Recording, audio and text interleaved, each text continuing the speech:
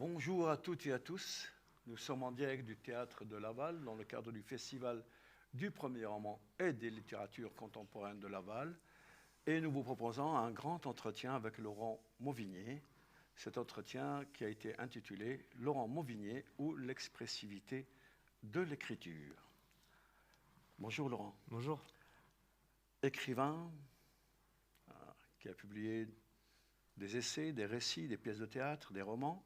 Je citerai quelques-uns, Loin de deux, en 1999, prix RTBF, Apprendre à finir, en 2000, qui a eu plusieurs prix littéraires, on ne va pas tous les citer, mais de beaux prix littéraires. Ceux d'à côté en 2002, Seul, 2004, là, Dans la foule, entre autres prix du roman Fnac, Des hommes, en 2009, qui a eu aussi plusieurs prix, ce texte, Autour du monde, Continuer, et Histoire de la nuit, roman paru à la rentrée 2020 aux éditions de Minuit. Il écrit aussi pour la télévision et le cinéma. Rendre la parole à ceux qui ne l'ont pas prise, les taiseux, donner à voir le désastre qui en anéantit tant d'êtres, guerres et conflits, blessures physiques ou non apparentes, suicides, viols, évoquer les drames qui ont marqué un certain nombre d'êtres. Voilà l'univers de Laurent Mauvigné, qui est celui des êtres en prise avec le réel, qui tentent de vivre leurs rêves malgré l'impossibilité que leur oppose la vie et qui tentent de surmonter leur traumatisme. Il travaille à l'élaboration d'une œuvre qui est déjà conséquente, mais qui est à venir, dont le roman est le pivot, mais qui cherche aussi vers le cinéma et le théâtre. Je rappelle aussi qu'entre autres prix qu'a eu Laurent Mauvigné, il y a eu le Grand Prix de littérature de la SGDL en 2015 pour l'ensemble de son œuvre, qui est encore à venir, je le répète. Alors, Laurent, cette présentation de toi, disons que ton univers est celui des êtres pris avec le réel qui en difficulté, est-ce que ça te va, ça, ou c'est un peu incomplet? Oh, bah, c'est comme toutes les présentations, c'est toujours à la fois juste et un peu réducteur, enfin un peu réducteur peut-être pas en même temps, mais en tout cas perçu pour moi comme un peu, je sais pas. J'ai toujours, mais bon, moi quand on me parle de Laurent Mauvigny, j'ai toujours l'impression qu'on me parle d'un mec que je connais pas, donc il y a un truc qui dissocie toujours un peu l'écrivain de celui qui écrit. Sinon, parce que quand on entend ça, moi je me dis bah c'est bien, et ça doit être très bien tout ça. Puis, mais quand j'écris, je suis pas du tout ce monsieur qui a l'air d'avoir fait des choses et tout ça. Moi quand j'écris, j'ai rien fait en fait. C'est-à-dire je commence quoi, toujours. C'est toujours commencer ou recommencer? Ben oui, parce que même si évidemment en quelques années d'écriture, il y a forcément comment dire, un savoir-faire, une maîtrise, des pièges dans lesquels on tombe plus, hein. Il y a quand même le temps à jouer quand même, mais j'ai pas du tout moi la sensation de.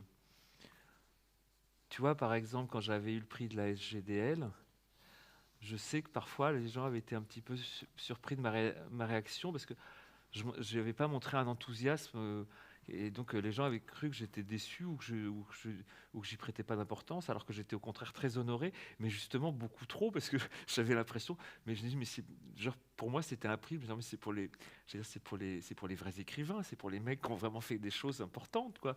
Et alors j'étais plus déstabilisé en fait que parce que c'est complètement dissocié en fait entre le personnage de l'écrivain dont on peut parler comme ça, de dire ces romans parlent de ça, etc. Et la pratique, parce qu'au moment où on est en train d'écrire un livre, moi je me pose pas du tout cette question de quoi ça parle, par exemple. Je me dis pas, par exemple, je ne me suis jamais dit, je vais écrire un livre pour faire parler ceux qui n'ont pas la parole habituellement. Je me pose tellement, c'est pas un programme, c'est pas une, tu vois. Je me souviens, pour Loin d'eux, le premier roman m'a parlé comme ça d'une volonté politique dans mon travail et tout ça. Je dis mais pas du tout, enfin mais vraiment pas quoi. C'est-à-dire que je parle de ce qui me touche et des gens que je connais. C'est Pardon. beaucoup plus simple, tu vois, beaucoup plus que c'est pas une vision comme ça. Je me dis pas un matin en me levant, tiens, je vais devenir écrivain et puis je vais écrire des gens dont personne ne parle. Il faut que quelqu'un le fasse. Je vais m'y coller. Non, c'est pas ça du tout. Non, tu fais ton travail d'écrivain. Ouais. Après, le texte appartient aux lectrices et aux Ouais, ouais. lecteurs. Non, Et mais à après, quand on dit ça, je reconnais bien que c'est vrai. Enfin, je veux pas dire que c'est pas vrai, mais c'est vrai qu'en même temps, je me sens un peu dissocié de ça. D'accord. Mais c'est le travail précisément des créateurs. Donc, lui, quand il est devant sa page, il travaille. C'est vrai qu'il, je suppose que c'est ce que tu veux nous dire, c'est pas dire, bon, je vais écrire sur telle histoire parce que les Non. gens souffrent et tout ça. Bien, Ouais, bien ouais, évidemment. ouais. Mais en même temps, c'est ça, tes textes. Ben oui. J'ai lu qu'un critique, je citerai pas son nom, a dit les livres de Laurent Monvigny ne sont pas gays. Mais en fait, c'est la vie qui n'est pas gaie. Ben oui. Bah, ça, c'est pareil. Je trouve que c'est toujours des espèces de catégories un peu enfermantes comme ça. Une fois, quelqu'un m'avait dit, un universitaire m'avait dit, ah, moi, je lis pas vos livres parce que ça a l'air trop triste. Je dis, vous savez, il y a plein de choses tristes dans la vie, pourtant, il va bien falloir les vivre. Alors, c'est pas une punition quand même. Et c'est des choses que je comprends pas. En fait, vraiment, comme ça dépend ce qu'on demande aux livres. Alors, je sais bien que les gens demandent aux livres de les divertir, de les distraire, etc. Moi, je pense que je fais partie des gens qui pensent encore, il y en a encore quelques-uns qui pensent comme ça, qu'un livre peut servir pas seulement à divertir, mais aussi un peu à avertir, un peu pas à convertir du tout, mais en tout cas à avertir, un peu de dire... paradoxalement, je pense que la fiction a un pouvoir de réveil et de rapport à la vérité, de rapport à essayer justement de se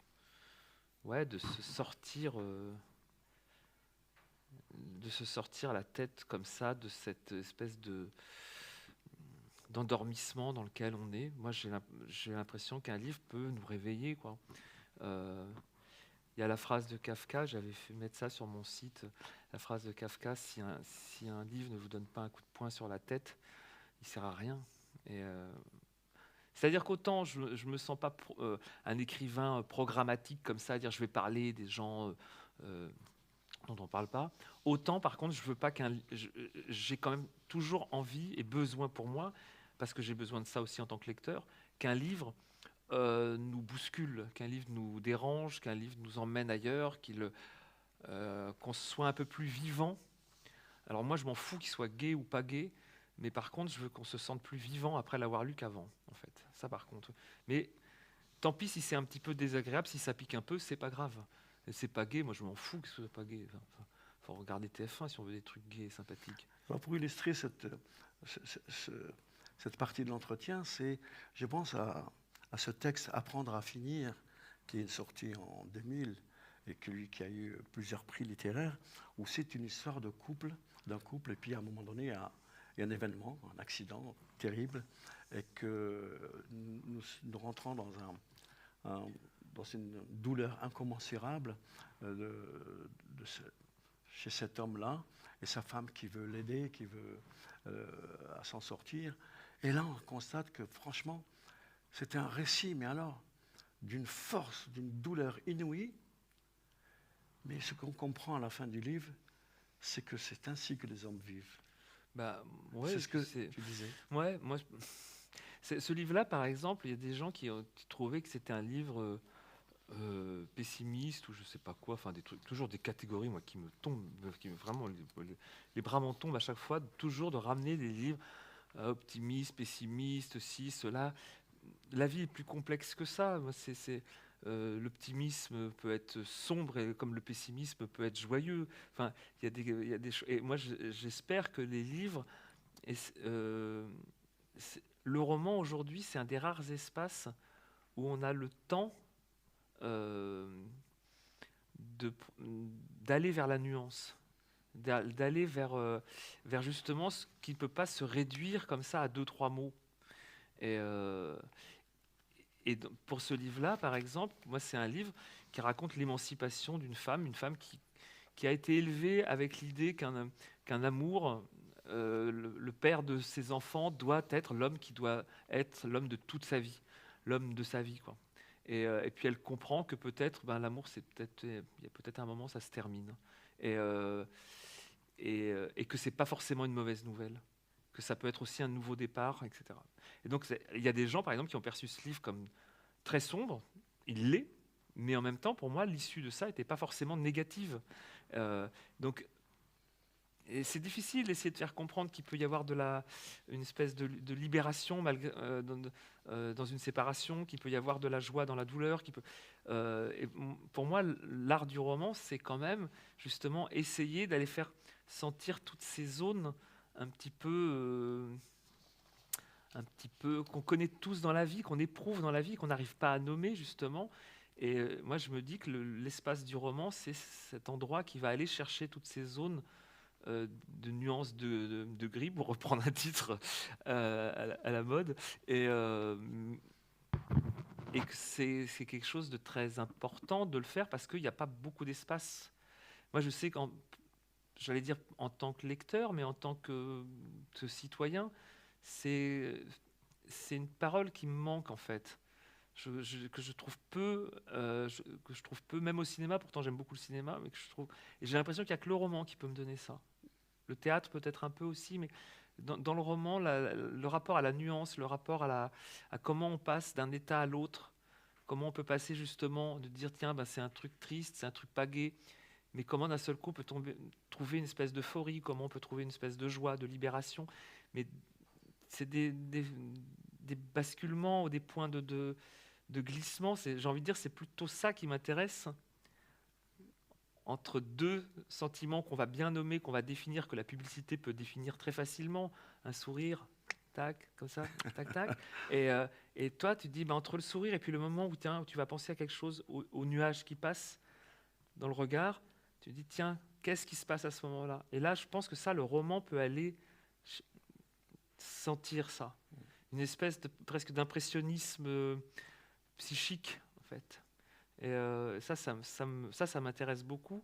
C'est pour ça que je veux dire, moi, après que le roman soit gay, machin, on s'en fout, dans le sens où ce qui m'intéresse, c'est comment il passe d'un état à l'autre, comment on passe d'un sentiment à l'autre, d'une émotion à l'autre,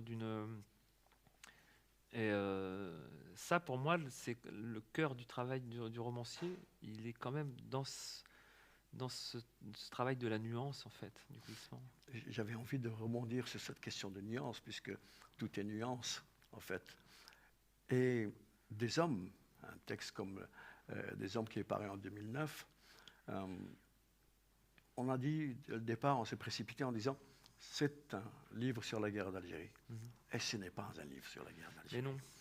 C'est un livre sur la guerre intime, quand les fantômes sont dans les esprits des hommes et tout ça. C'est ça, moi je trouve que la nuance. Ce n'est pas un énième livre sur la guerre d'Algérie, c'est autre chose. Mais c'est pour ça que ce livre, par exemple, c'est un livre qui avait beaucoup marché, parce qu'effectivement, on disait c'est un livre sur la guerre d'Algérie. Et en France, c'est un livre qui en général, les livres sur la guerre d'Algérie, à l'époque, ne marchaient pas du tout. Et celui-ci a marché parce qu'en fait, c'était un livre d'abord qui était écrit par quelqu'un qui n'avait pas connu cette guerre, mais dont les parents l'avaient connu. Moi, j'avais un point de vue, évidemment, qui était un point de vue d'une autre génération. Et ce que j'ai plutôt vu, moi, c'est pas la guerre d'Algérie, c'est l'onde de choc sur mon père, sur mes oncles, sur les gens du village où j'ai passé mon enfance. Et parfois, les gens ne comprenaient pas. Ils me disent, mais c'est bizarre, votre livre sur la guerre d'Algérie, il y a les 100 premières pages, ça se passe à la campagne dans les années 2000. Et donc, mais pourquoi l'intro est si longue? Et je dis, mais parce que ce n'est pas une intro. Oui. Parce que ce n'est pas une intro. Le roman, il parle de comment la mémoire d'une guerre s'imprime en nous, comment les fantômes vivent en nous, et puis comment on ne peut pas comprendre la guerre si on ne comprend pas l'intimité de ceux qui l'ont faite. C'est-à-dire que quand ils sont sur le terrain de la guerre, ils sont aussi portés par ce qu'ils ont vécu dans leur vie avant. Et moi, c'est important de dire, un jeune paysan qui sort de la Loire ou de je sais pas où, qui connaît que ses vaches et qui se retrouve d'un seul coup, je sais pas où, en Algérie, le type, il voit des gens, il rencontre des Algériens, et il voit c'est des paysans, ils sont comme lui en fait. Et il se dit, ah mais qu'est-ce que ça veut dire? Et il se rappelle que quand il était petit, ses parents lui parlaient des Allemands, il lui parlait de la collaboration, il lui parlait de l'occupation. Et il dit, mais est-ce que je ne suis pas un occupant aussi? Donc tout ça, c'est travaillé par toute cette mémoire, tous ces récits qui s'imbriquent, et donc par l'intimité des gens, par le vécu des gens. Être un instituteur citadin ou être un paysan, euh, même si on se retrouve au même endroit en ayant le même âge, on n'a pas le même parcours, on n'a pas le même vécu, donc forcément il y a des choses qui vont frotter, qui vont créer des... Et moi ça m'intéresse beaucoup, la façon dont... Donc c'est vrai, oui, c'est un livre, c'était toujours très étonnant de parler de ce livre, et très émouvant à chaque fois, parce que dans les rencontres en librairie, par exemple, c'est un livre, les gens venaient, et au fond, ils venaient, personne ne me parlait de la guerre d'Algérie en fait. Chacun me parlait de sa vie, chacun me parlait de son frère, de sa mère, de son père, et c'était très émouvant pour ça. Et c'est un livre qui a rencontré un vrai lectorat, parce que je pense que les gens se sont sentis intimement touchés dans cette histoire-là, justement parce que ce n'était pas un livre sur la guerre d'Algérie, c'était un livre via la guerre d'Algérie, traversé par la guerre d'Algérie, mais comme les Français ont été traversés. Par exemple, il y a un truc moi qui m'a beaucoup énervé. C'était l'idée, on me disait, ouais, mais c'est ça, on entend ça depuis longtemps, les Français, ils sont nuls, ils savent pas faire un livre sur la guerre, ils osent pas parler des sujets qui les dérangent. Les Américains, ils ont parlé du Vietnam tout de suite. Et je dis, mais on peut pas comparer. Le Vietnam, les Américains, ils sont restés 8 ans au Vietnam. Euh, L'Algérie a été française 132 ans. Je veux dire, c'est une histoire intime, beaucoup plus puissante et beaucoup plus... Il y a une vraie histoire d'amour, quelque chose et de haine évidemment, mais quelque chose de très très très profondément intime.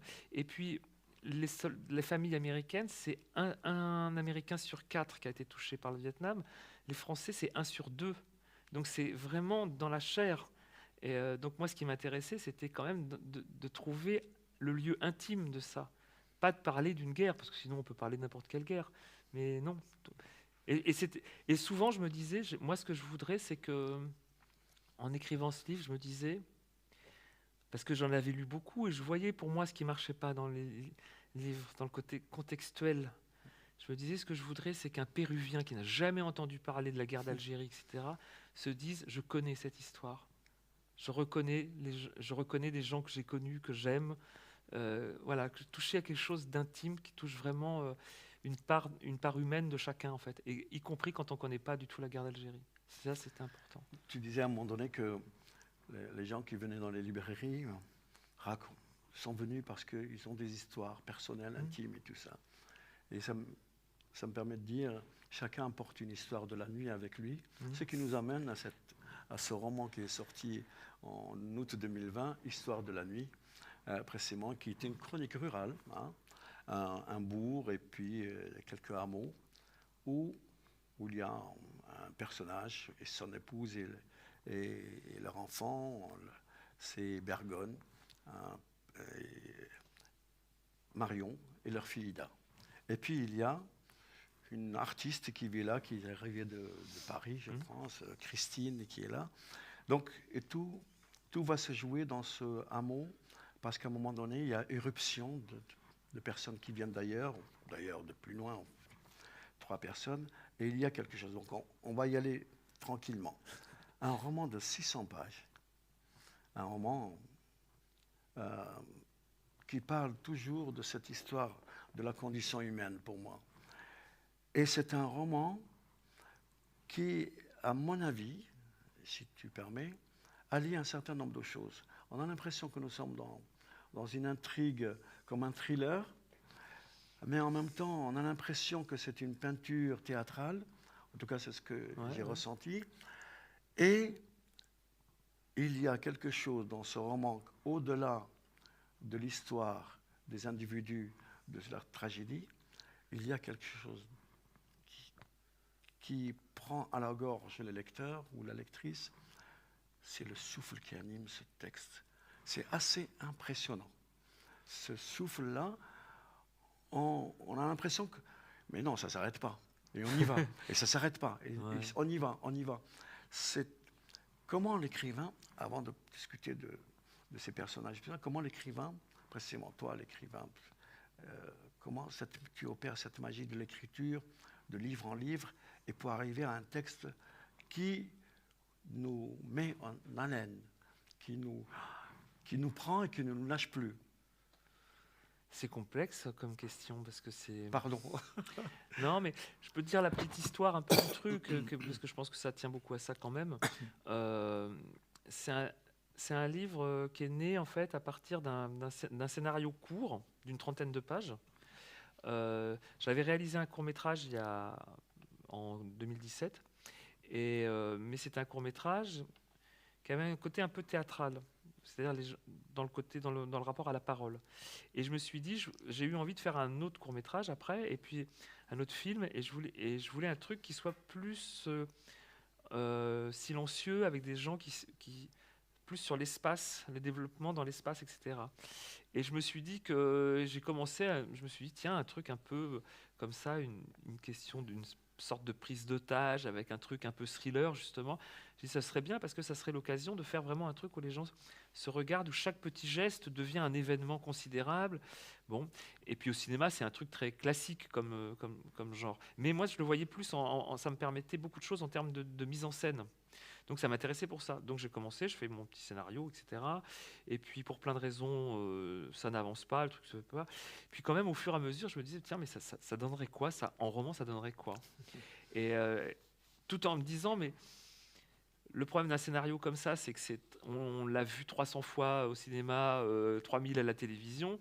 Donc je me dis, puis la question c'est, on vit tous des choses très clichés dans la vie. Je me dis, mais si ça arrive en vrai, quand tu vis une situation cliché dans ta vie, tu vois bien qu'il y a un espace qui sépare ta vie du cliché. Tu vois bien que ça ressemble à de la fiction, mais que c'est la réalité. Qu'est-ce qui fait qu'on a la différence qu'on peut avoir, par exemple, si tu as le vertige parce que tu regardes une image qui te donne le vertige, c'est pas le même vertige que tu éprouves si tu es réellement en train de tomber. Et je me disais, en fait, il faudrait réussir à faire un roman qui nous donne vraiment l'impression d'être dans la réalité et pas dans la vision qu'on en a. Et je me suis dit, mais en fait, il faut faire un anti-scénario. Il faut faire le contraire du scénario. C'est-à-dire reprendre tout le scénario, comme le ferait un auteur de polar ou de thriller, donc avec vraiment tout bien fait, tout comme ça. Du coup, un an vraiment que sur la question scénaristique. Et puis après, il faut tout casser.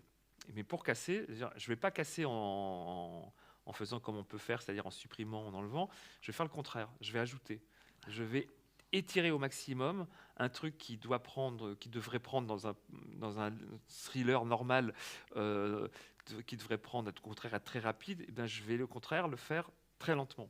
Et je me suis dit, je vais me fixer comme principe de base un nombre de pages par chapitre. Je me suis dit, sur mon truc, ça faisait 7 pages, ça devait faire à peu près l'équivalent, on va dire, en page normale, ça devait faire 14-15 pages à peu près. Je me dis, chaque chapitre, alors quand tu as plein de choses, parce qu'il y a un événement, ça va vite, mais quand il se passe 3 fois rien, juste l'autre, il entre, il traverse la pièce. 15 pages avec ça, démerde-toi. Il faut les faire. Et alors, du coup, tu es obligé d'inventer son histoire, tu es obligé d'aller chercher, tu dis, oui, mais c'est qui? D'où il vient? Pourquoi il est là? Et puis, comment les autres le regardent? Et ça devient complètement affolant. Et puis, c'est aussi pour ça que les phrases se sont aussi allongées considérablement. C'est qu'il y a un moment, il traverse une pièce comme ça, tu dis, je ne peux plus, moi, en termes de souffle, je ne peux pas interrompre son mouvement. J'avais l'impression que poser un point, c'était arrêter le personnage en plein milieu de la pièce, puisque j'ai rien, il n'y a rien. J'ai rien, j'ai juste quelqu'un qui vient là, puis un autre qui passe là. Donc il fallait l'organiser, mais vraiment, en plus, je pensais vraiment à un jeu de caméra, je pensais vraiment à un truc de mise en scène, dans le sens presque de... C'était un ballet, quoi. Pour moi, c'est de la chorégraphie. Et donc, il fallait que j'organise une espèce de circulation des corps entre eux, que j'organise une circulation des regards, que j'organise la circulation, j'allais dire, entre les mots. Il fallait trouver tout ce qui ne se dit pas. Et il fallait que les mots dansent avec ça, quoi.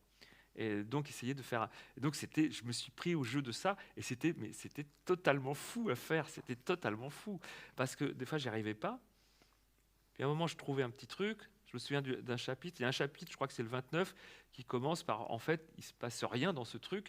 Comment faire Donc en fait il faut le faire encore plus lentement parce qu'en fait essayons de décrypter un geste. Un petit peu comme les images qu'on connaît de Newbridge et tout ça, de décomposition du mouvement. Alors essayons d'étirer au maximum. Alors évidemment, ça produit un effet qui est incroyable, c'est que ça produit un effet de tension en fait qui est dingue. Et en écrivant ça, je le ressentais quoi. C'était assez magique à écrire. Mais c'est ça, étirer, tout le monde peut être étiré comme ça, mais on pourrait s'ennuyer. Sauf que là, on ne s'ennuie pas. C'est ça ce qui était. Quand tu nous expliquais. Je vais, si tu permets. Oui, bien sûr. Un exemple, dès la première page, dès la page 9, avec ce paragraphe, je vais lire cet extrait-là, mais je crois que je serai incapable de le lire jusqu'au bout. Elle le regarde par la fenêtre, et ce qu'elle voit sur le parking, malgré la réverbération du soleil qui l'aveugle, et l'empêche de le voir comme elle aimerait, lui debout adossé à ce vieux kangou, qu'il faudra bien qu'il se décide à changer un de ces jours, comme si, à l'observer, elle allait pouvoir deviner ce qu'il pense, quand il se contente peut-être seulement d'attendre qu'elle sorte de cette gendarmerie, où il vient de l'emmener pour la... Combien de fois déjà 2 ou 3 en 15 jours? Elle ne sait plus. Ce qu'elle voit donc, alors, qu'elle est un peu surélevée par rapport au parking qui semble légèrement incliné après le bosquet, debout près des chaises de la salle d'attente, entre une plante rachitique et un pilier de béton peint en jaune, sur lequel elle pourrait lire des appels à témoins si elle prenait le temps de s'y intéresser. C'est comme elle la domine légèrement, la surplombant et de ce fait l'observant déformée, un peu plus tassée qu'elle ne l'est réellement, la silhouette compacte mais grande, solide de cet homme dont elle se dit maintenant qu'elle a sans doute depuis trop longtemps pris l'habitude de le voir comme s'il était encore un enfant. Non pas son enfant à elle, elle n'en a pas, et n'a jamais éprouvé le désir d'en avoir, mais un de ces gosses dont on s'occupe occasionnellement, comme un filleul ou un de ses neveux, dont on peut jouir égoïstement du plaisir qu'il nous donne à profiter de leur enfance sans avoir à s'encombrer des tracas que celle-ci provoque, que leur éducation génère comme autant de dégâts collatéraux inévitables. Première phrase. Dit comme ça, ouais, tu dis, il faut avoir le vertige. Ouais, mais c'est vertigineux l'écriture, précisément. Ouais. C'est cela.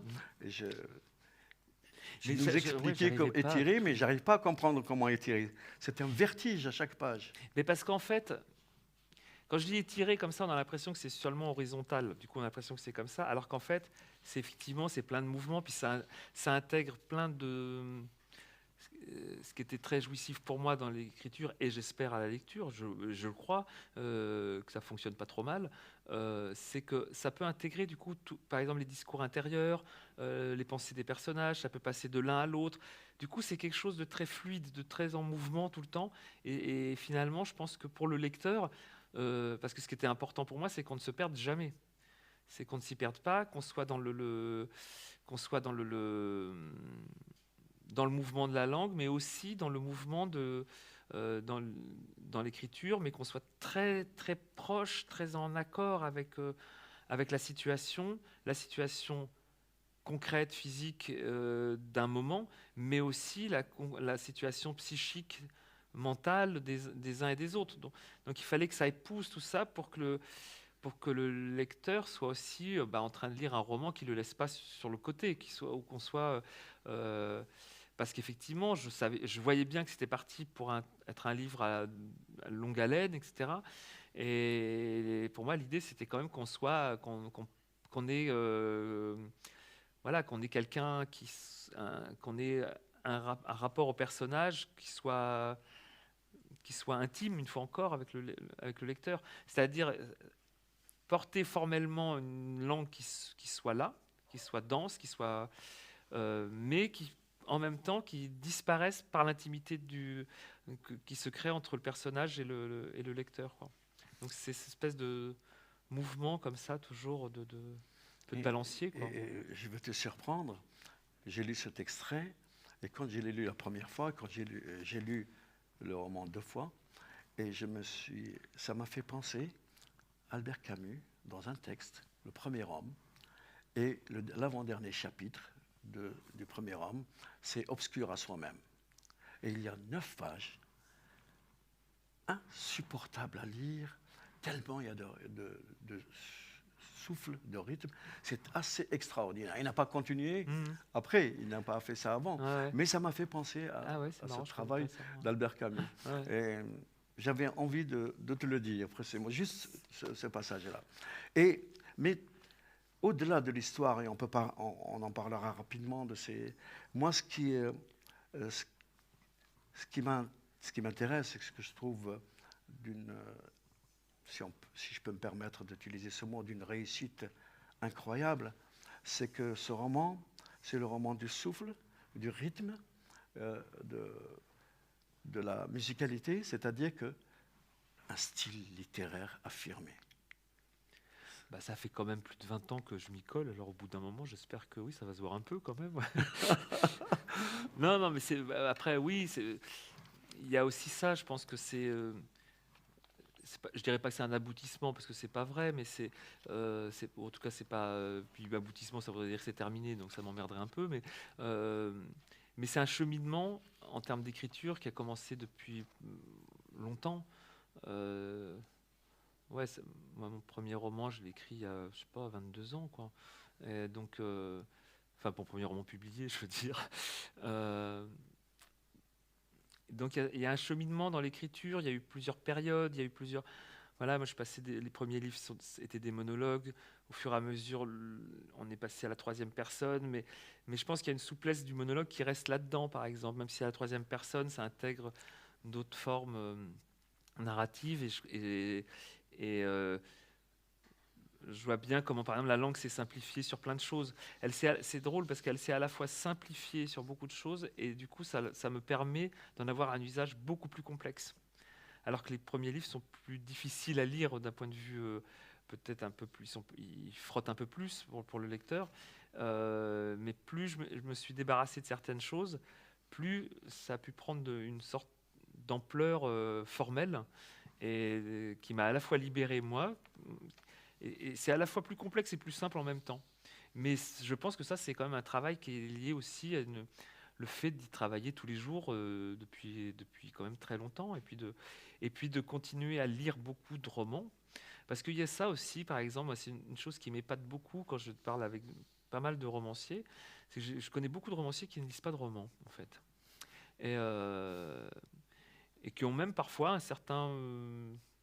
pas mépris, mais un peu peut-être presque de condescendance avec ça. Alors je me demande comment ils font déjà pour vivre cette schizophrénie quand même que ça doit être, d'écrire soi-même des romans et de ne pas en lire.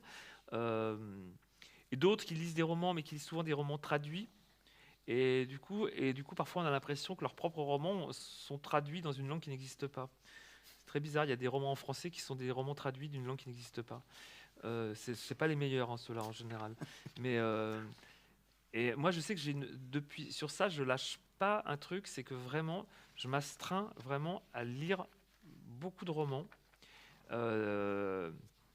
Donc c'est bien aussi d'être dans un festival comme ça de primo-romanciers, comme on dit, parce que moi, ça m'intéresse toujours de voir, y compris ce que font les gens qui arrivent après moi, parce que je regarde comme ça, des fois, alors je lis pas tout, hein, mais ça m'intéresse toujours parce que je crois qu'il faut toujours remettre son écriture sur ça.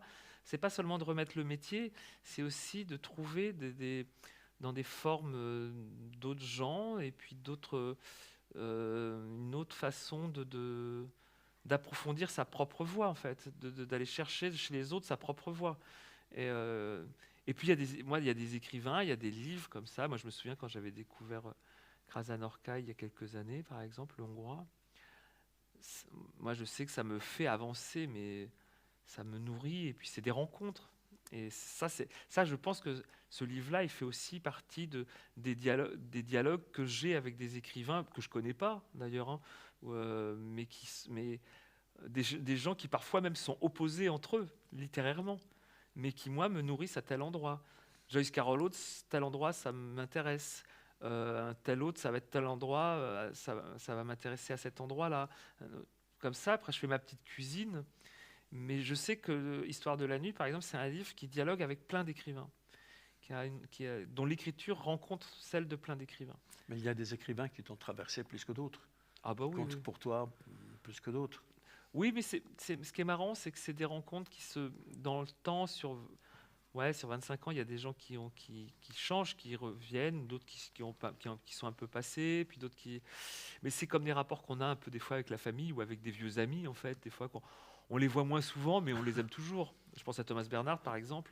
Voilà, Thomas Bernhard, ça a énormément compté dans le rapport, justement, on parlait du souffle, dans le rapport au souffle, dans le rapport pas seulement au rythme, mais dans cette puissance de propulsion euh, on sent, par exemple, moi, ce que j'ai, par exemple, Thomas Bernhard, c'est un écrivain qui m'a fait comprendre une chose toute bête, c'est qu'un auteur, il est sa propre dynamique, et que parfois simplement de se dire, bon, je veux tourner autour de ça, et je sais pas comment tourner autour de ça, ça m'énerve, comment je vais tourner autour de ça, et puis ça y est, il est en train de le faire, en fait, simplement parce que sa colère à ne pas réussir à s'y mettre fait qu'il est en train de s'y mettre.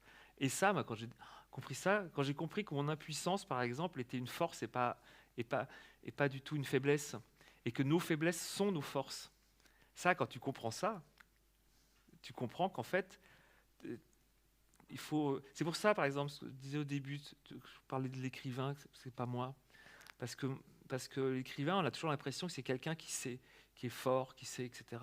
Or que celui qui écrit n'est pas fort. Il est fort de sa faiblesse, il est fort de ses manques, il est fort de ce qu'il rate, il n'est pas fort de ce qu'il sait faire, il est fort de ce qu'il ne sait pas faire. C'est ce qu'il ne sait pas faire qui le nourrit, c'est pas ce qu'il sait faire.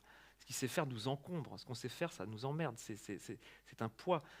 Il faut aller vers ce qu'on ne sait pas faire parce que c'est là qu'est le désir, c'est là qu'est l'énergie, et c'est là que cette petite voix justement qui nous propulse et qui nous donne le souffle d'y aller, c'est vraiment dans cet endroit de dire ah, ça, je ne sais pas comment occuper ce vide, je ne sais pas comment dire.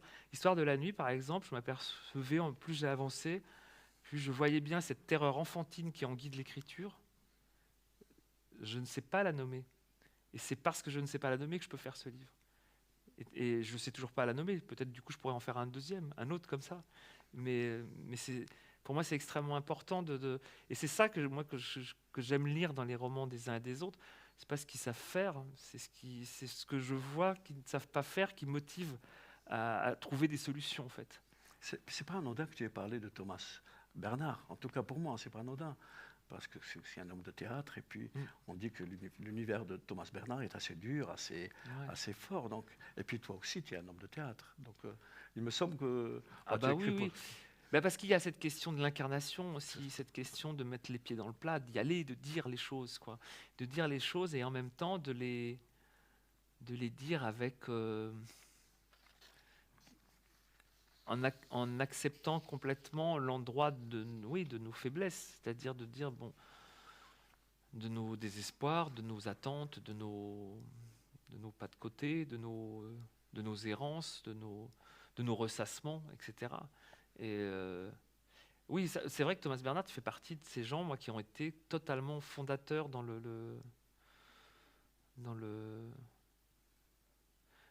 peut-être j'ai reconnu ma propre colère là-dedans.